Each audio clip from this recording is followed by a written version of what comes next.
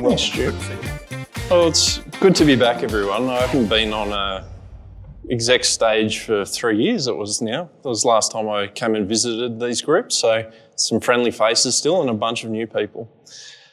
As Stu said, I'm going to share a lot of leadership lessons from not just what I view from my day-to-day job, but also share some of my mistakes in the past and the lessons I've made. I'm a bit fortunate today. My original MSP owner's sitting over in the room, so he's getting the warm and fuzzies of seeing my leadership journey and seeing me up on stage while he gets to wait his turn.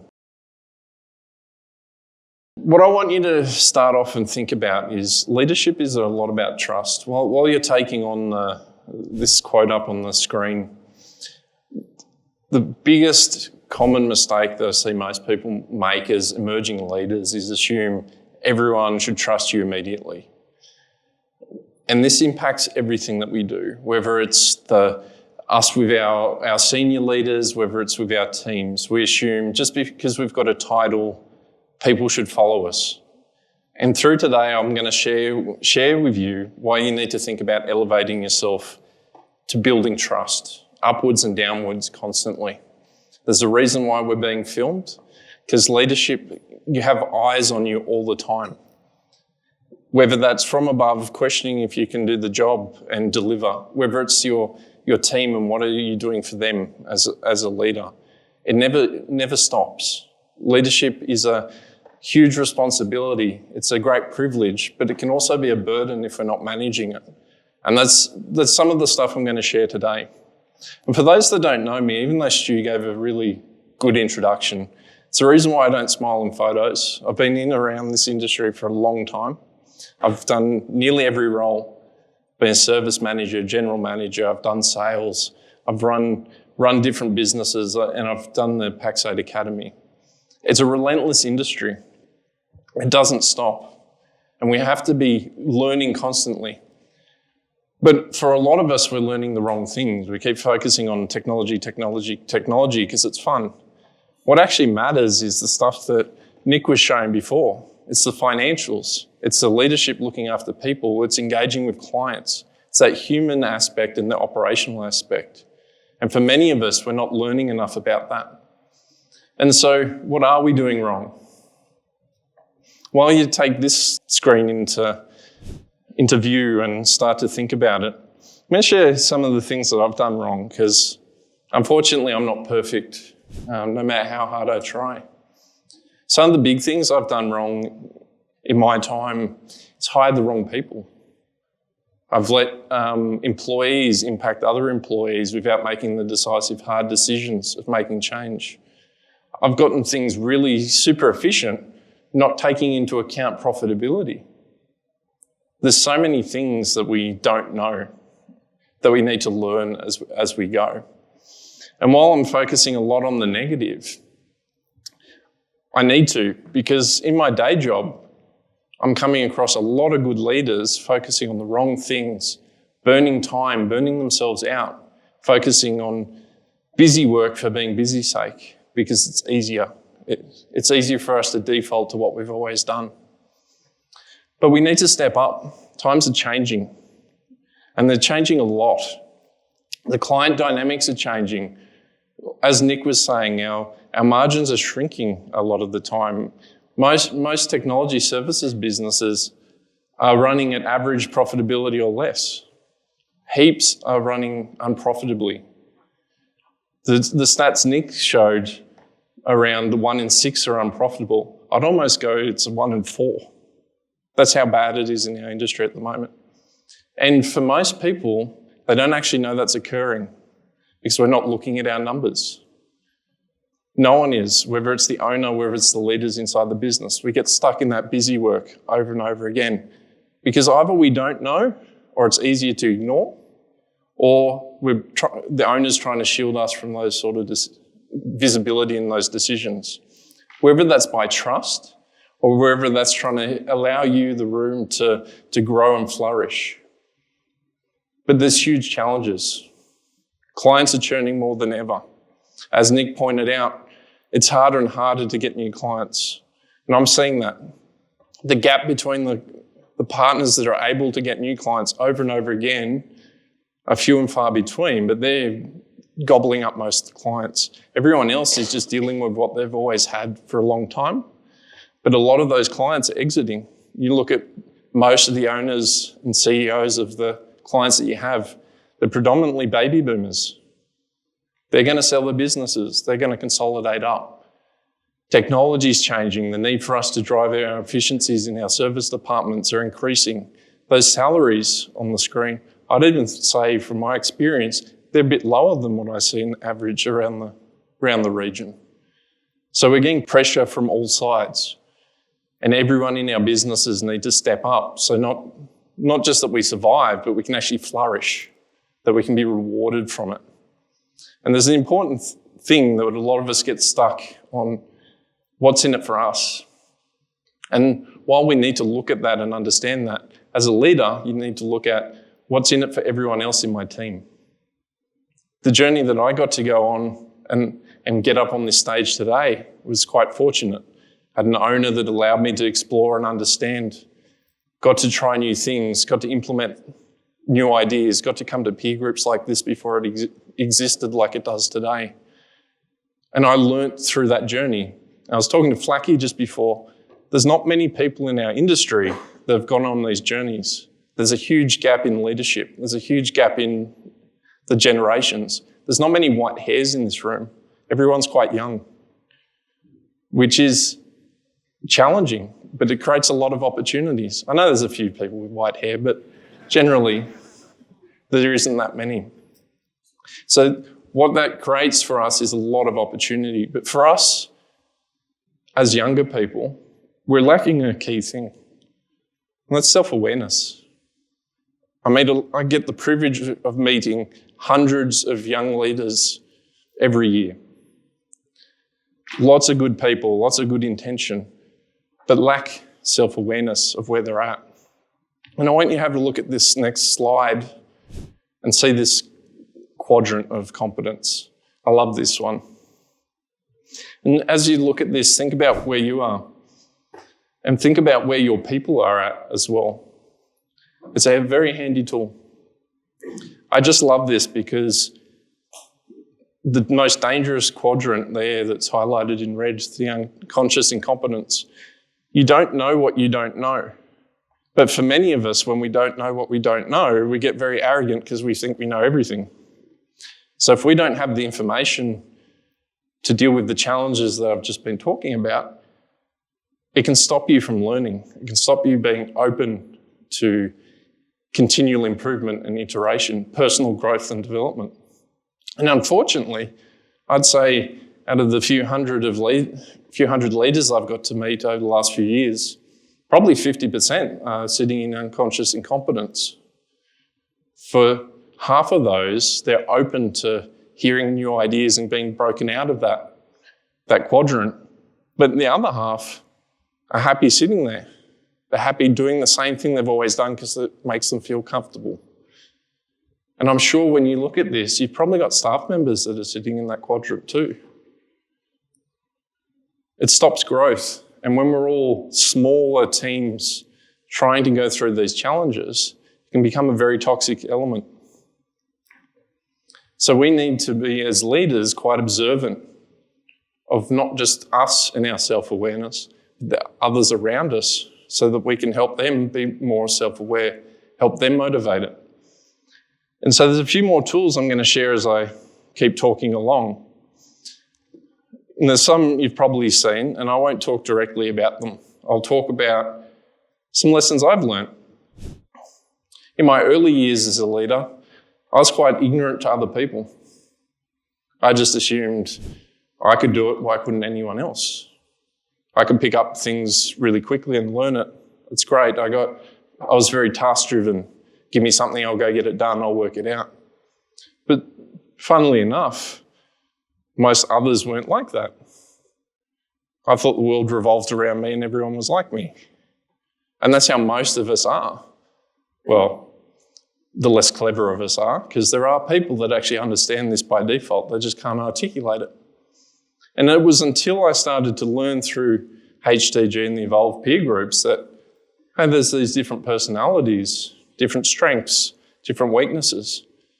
I started to realize maybe my bullishness to get tasks done actually negatively impacted a lot of people. That need to drive burnt other people out. It didn't allow them to understand properly. Maybe I didn't have as much attention to detail as I thought.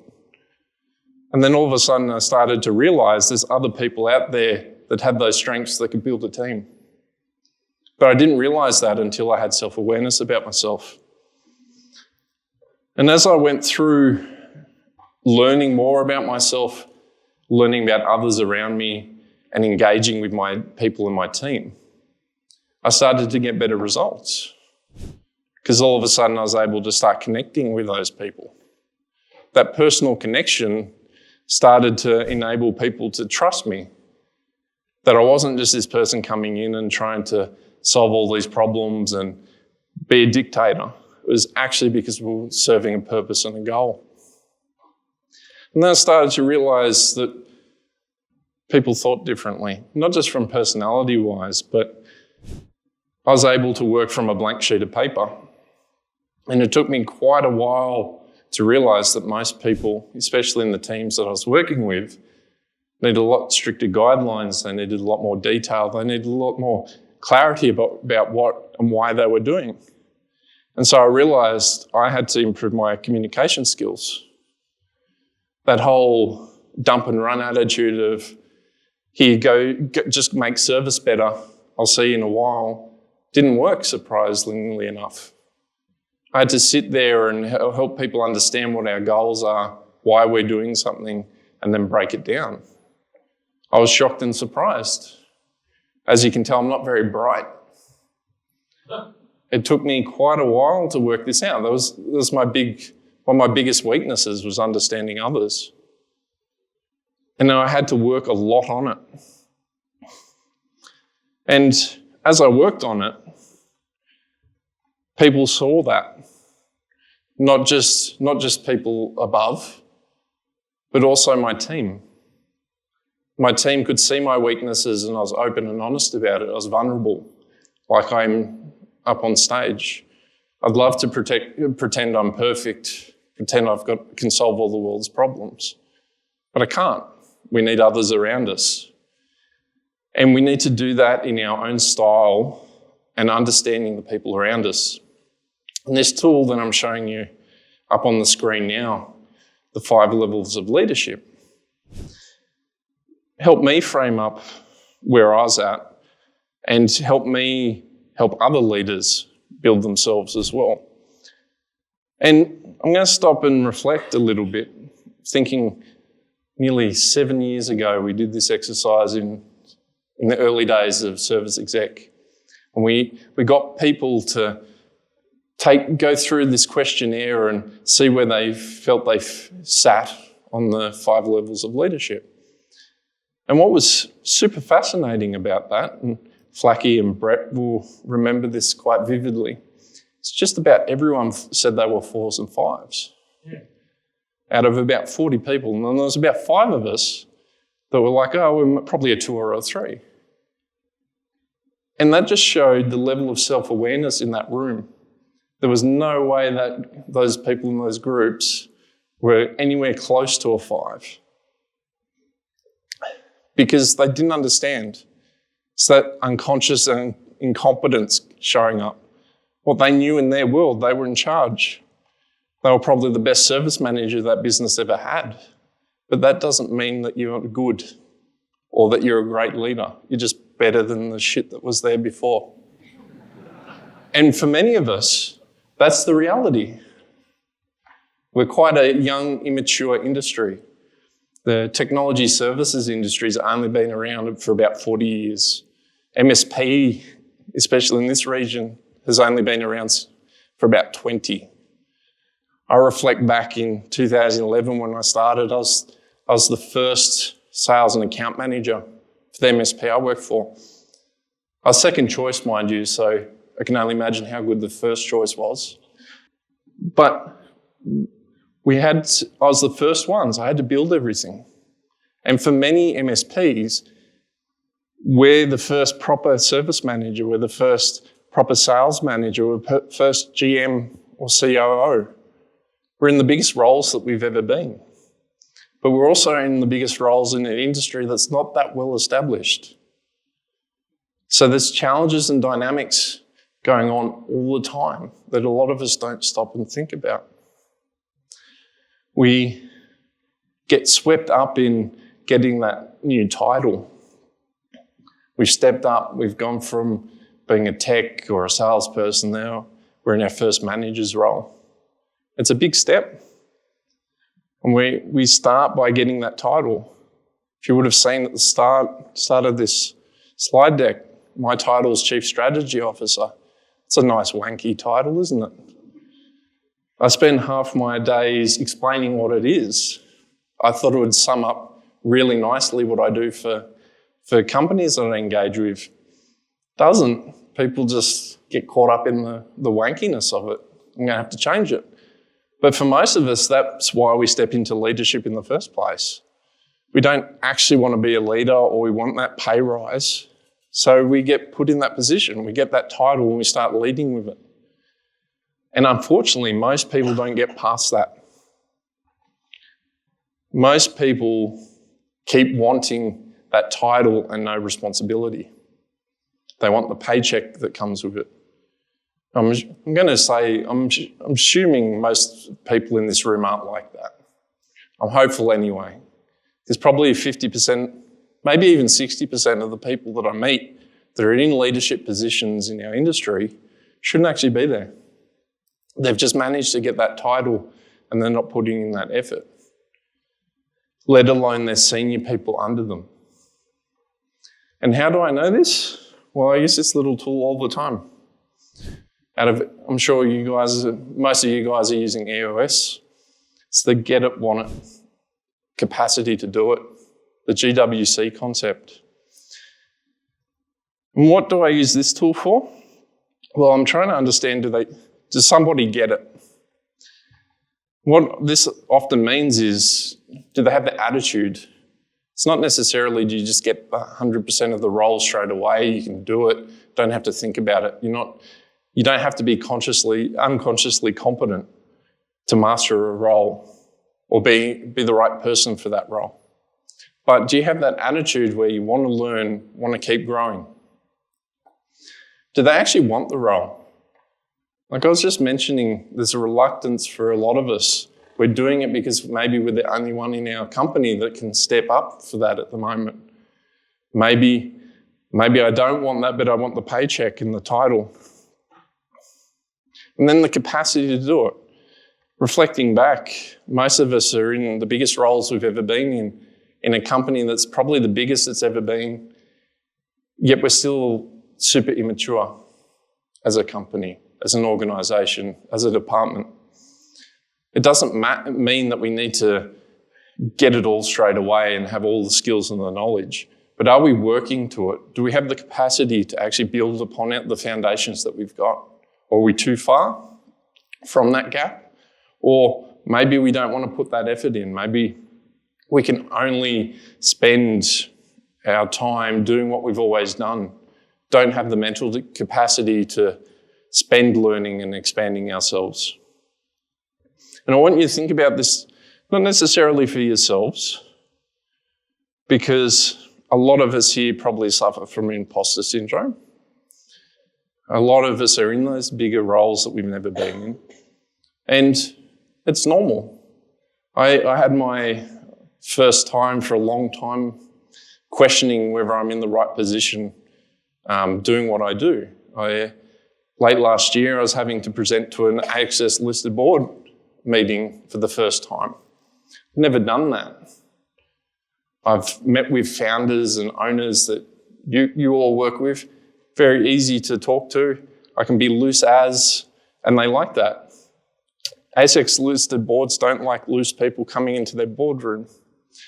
So I had to do things completely different to what I'm used to. And I was shitting myself before the board meeting. I haven't had that for a very long time. And I was questioning myself right until I started talking. And what was supposed to be a 15, 20-minute conversation ended up being an hour-and-a-half session where they bumped a whole lot of other stuff out. So it must have meant I was super valuable, because boards don't suffer fools and they don't spend a whole lot of time if they don't have to. And so even me being as experienced as I am, I went through it as well. So what's important is we all get it, but how do you counter it? How do you work through that? If it doesn't debilitate you, then it's going to be a positive, because you're going to keep driving yourself to improve. That's why all of us come to these sessions, to engage and learn and grow together. And so from that, we need to start working on how we're leading ourselves and how we're leading others. And what I mean by this is, if you're not leading yourself in the first place, how are you going to lead a team? Stu uses the phrase a lot of putting the oxygen mask on first before you start looking after everyone else. And that's super important. If we don't have the skills, if we aren't focused on ourselves first, even though we shouldn't be selfish as leaders, how are we going to spend that time focusing on our teams to elevate them, help them perform the best that they can? It's a bit of an oxymoron, but this is what we need to do. And again, we're focusing on the wrong areas a lot of the time. We're getting sucked into hearing a lot of the vapid thought leadership around you need to delegate to elevate and you need to become as strategic as possible. But it's very hard to become strategic and delegate things if we actually haven't created anything. All we're doing is pushing shit downhill. We're dumping and running. And this is where we need to start understanding what good looks like in the industry. Not just necessarily for in sales, how do we sell, for service operations, how does my service desk operate? We need to become more holistic thinkers, because very limited sets of things that we do in our organisations are siloed off, isolated processes. They're intertwined. We're complex businesses. If this was easy, we'd be making way more profit than we are. We need to understand that bigger picture, that finance, how that integrates into our role, how sales integrates into our role, how service delivery or project delivery integrates, let alone procurement, let alone HR. There's so many components to it that we need to learn a bunch more skills than what we're probably focused on. And this can be hard, because for many of us, we're struggling with our boundaries. What is my role responsibility? What do I need to focus on? And I've had to do this time and time again, not just for myself, but for others that go into organisations, and define those boundaries. So I'll give you a couple of tools to work through. You've probably heard of the Judd's box concept. I learned this like 15 years ago from a guy named Harden Byers that used to be in HCG Evolve. And basically what it is was when he started his first job out of university, went to a bank, his manager sat him down, drew a box on a piece of paper and said, anything in this box, you can make autonomous decisions. Anything outside of this, you need to come and confirm with me before we proceed with something. Day one, the only thing that you make decisions about is when you go to the toilet or not. Everything else you need to come and talk to me before making a decision. And as you grow, this will expand out. And why I bring this up is, for many of us, we don't have clarity around what we're there to do in our jobs. We might have a title as service manager, sales manager. We don't necessarily have targets. We're not necessarily being shared our finances. It's very hard to make those decisions.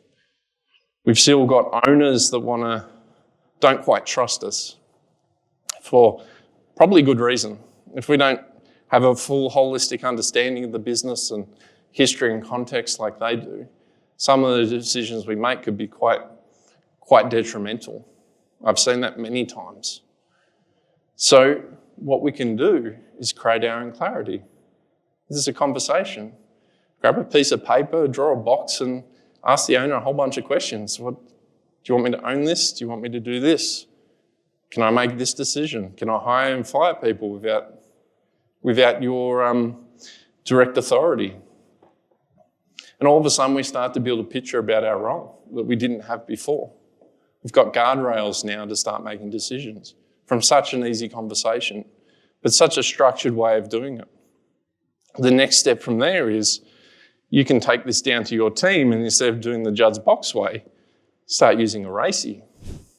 Understand all the functions across your team and the cross-functionality into sales or service or finance, and start breaking down who's actually accountable for what, who's responsible for doing what. Keep bringing that clarity, not just for yourself, but for others.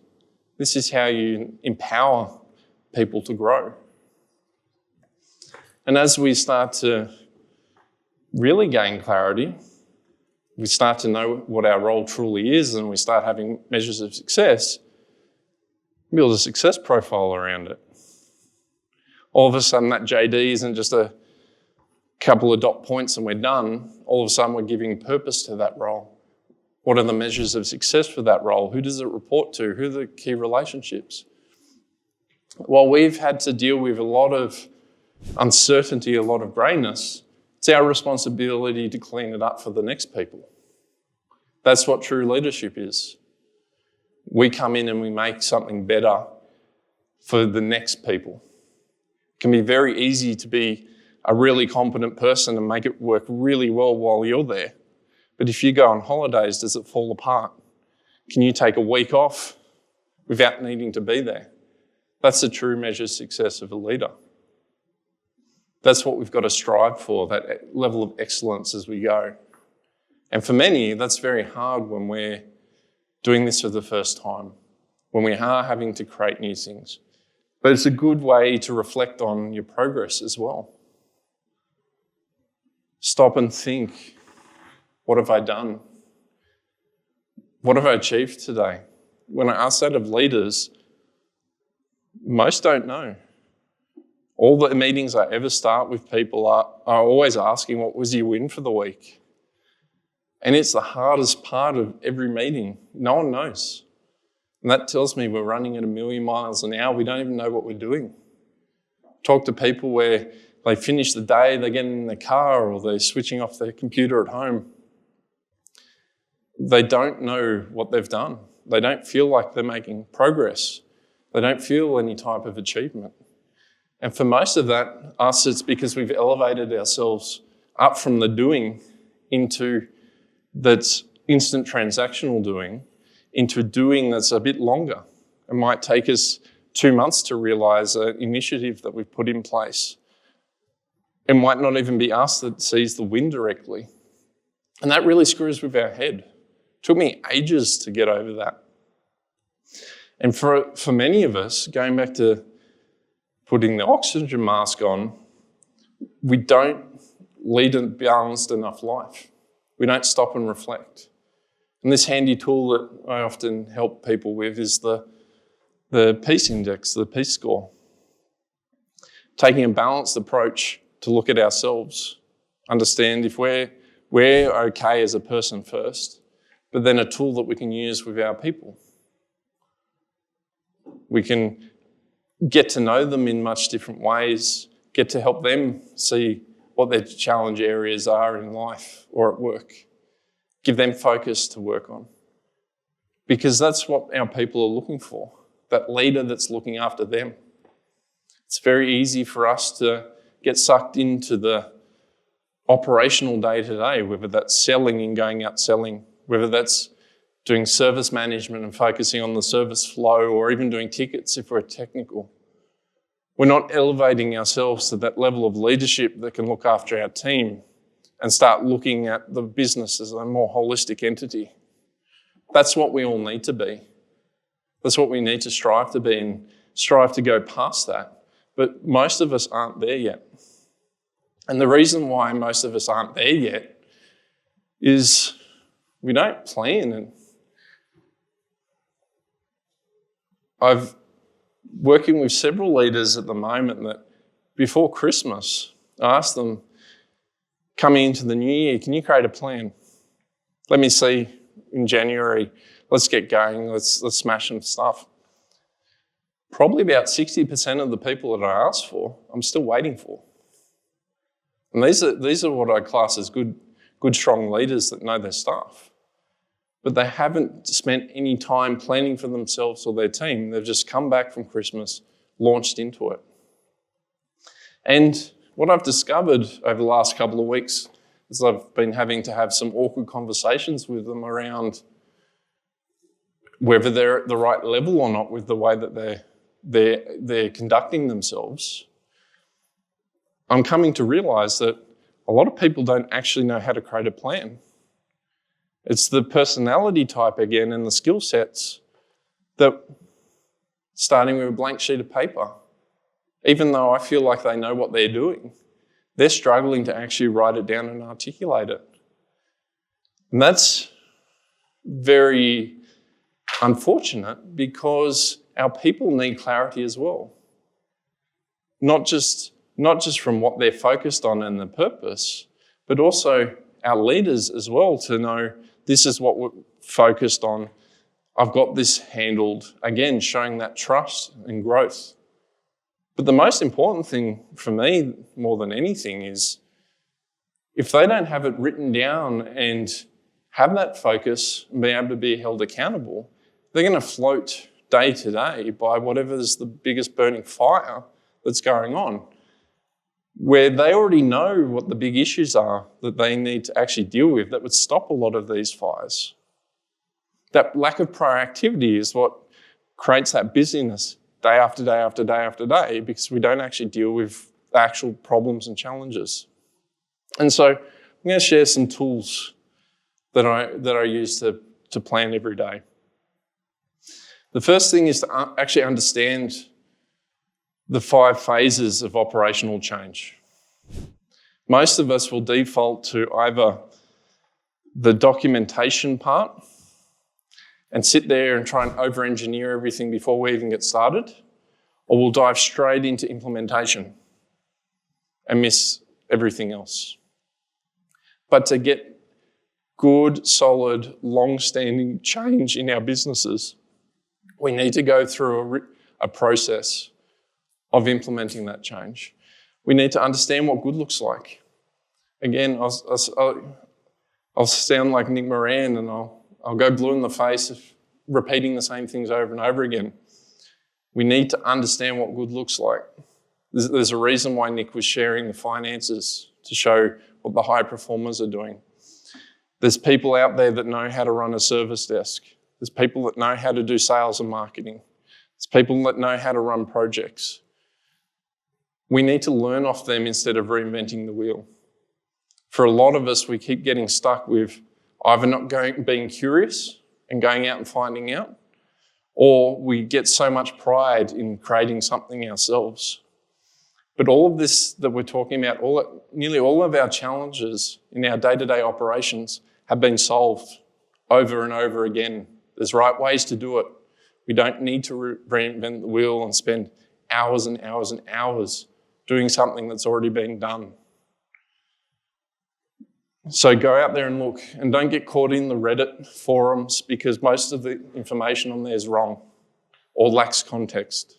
Surprise, surprise. But most of us, that's what we do. We need to actually document things, not just a plan, but what is our process going to be? What is it now? What's it going to be? What's our measures of success? Who's involved? Who's accountable? We need to write that down. We then need to train people on this, bring them on the journey, get them to understand, get them to buy in, get feedback to improve, then go and implement. And then the most important thing that nearly everyone forgets is we actually need to review what we've done. We need to make sure that we're managing it, keeping people on track to that change. Otherwise, it doesn't embed. I've seen that happen over and over and over again. Make a change, gets ignored, come back to it in a year, do the same thing again, might be slightly different.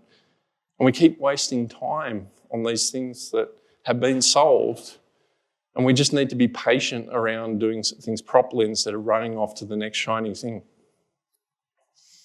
Next tool, I'm sure you would have heard about this a lot, the 4 helpful lists. I love using this. This is probably the most useful tool I ever learned through the Evolve peer group programs. I use this for nearly everything with people that I engage with.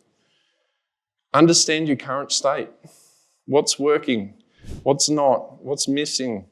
What's confused?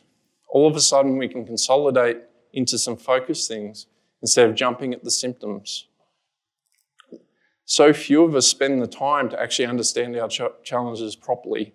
We just shoot blindly until we hit something that feels like we've made progress. But if we actually take a little bit of time and break things down, we can solve a lot more problems a lot more efficiently. Next thing, I don't see anyone using in the small SMB space. It's a business case. And this goes for owners as well. We get these ideas of a new shiny tool, we want more resources because we're busy. No one actually stops to work out if the decision's the right one to make or not. What's the financial investment? What's the benefits of doing this? What happens if we don't do this? That time to spend on understanding clarity and writing it down, again gives us that opportunity to think things through. This is what we're lacking when we race from one thing after another. We don't have clarity. We're not taking time to breathe. We enjoy getting caught up in that ongoing chaos over and over again.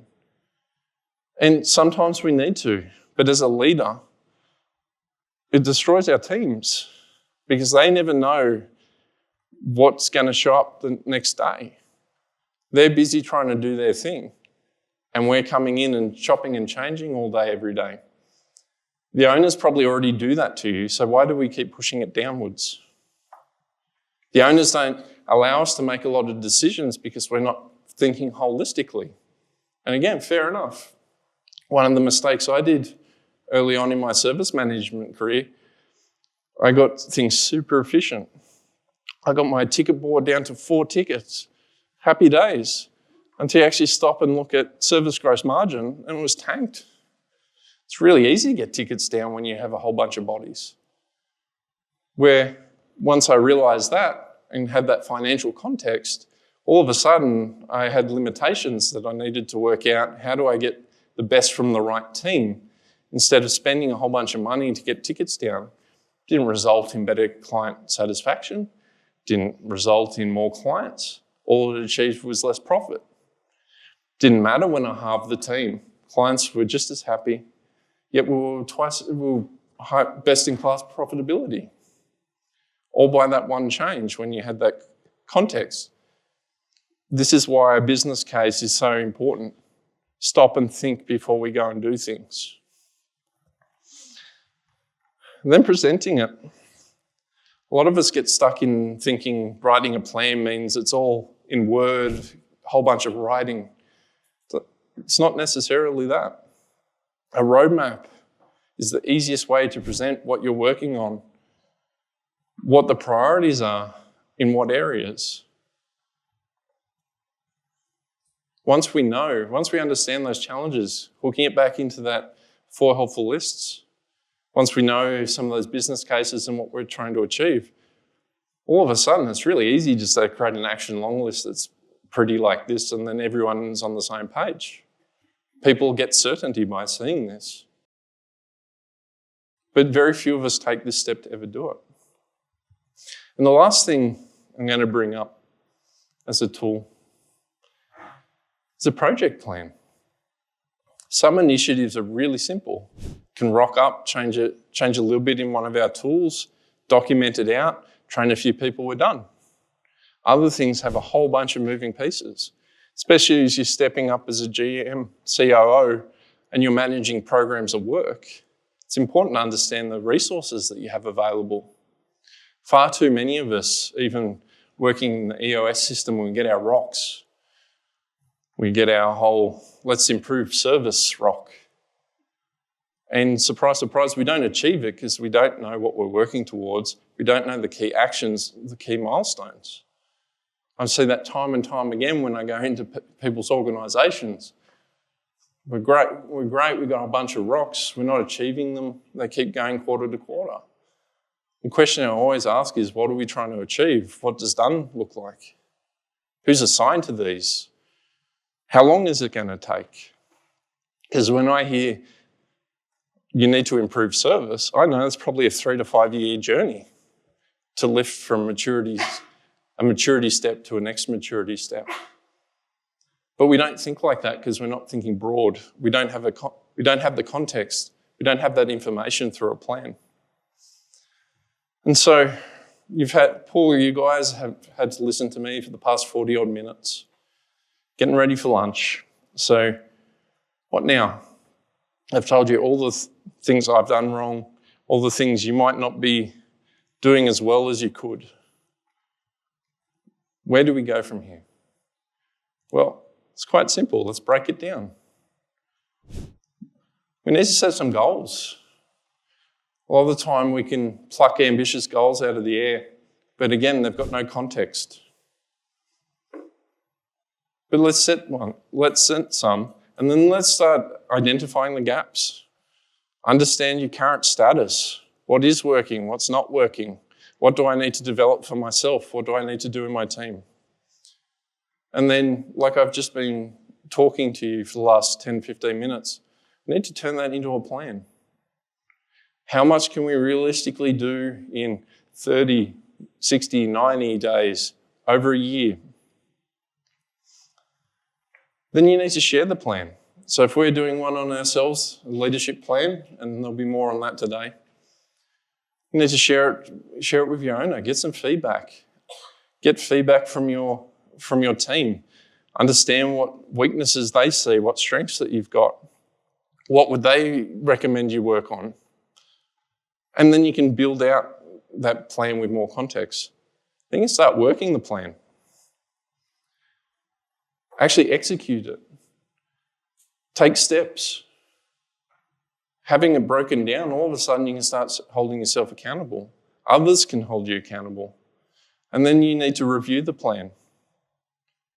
Whether that's weekly in your departmental or company level 10s or leadership meetings, in your rocks, whether it's a personal rock, whether it's a company rock, doesn't matter. That rhythm of checking in on progress, reviewing it, being open to accountability, sharing your roadblocks to get help to break it. That's where you start to build momentum over and over again. It's one step in front of each other. And that's where most of us, without a plan, get lost immediately. We get 1 or 2 weeks in, we've just listened to James up on stage. I'm pumped. I can see it in everyone's faces. We go back, we get a little excited, and then day-to-day business happens. We get sucked into that client escalation that they're not happy. We get sucked into that service issue. We get sucked into that project that's gone off the rails. And all of a sudden we forget that energy. You can't run with this stuff on pure energy. It needs to be that momentum, that accountability. It's a rhythm. Once you get into that rhythm, it's easy to put new things in. It's easy to grow. It's easy to learn new skills. But if we don't build that rhythm and don't have that focus, we won't get very far because our industry doesn't let us. We're firefighters. That's what we do. So I hope this has been useful, and it's not just an old man rant. I really want to see more leaders succeed. This is what I see over and over again as common mistakes, common issues done by good people that are capable of growing and becoming really strong leaders, the leaders that we need in the industry. So I'm hoping that you can take away something and start building your own momentum. That's enough of me. Let's talk about lunch.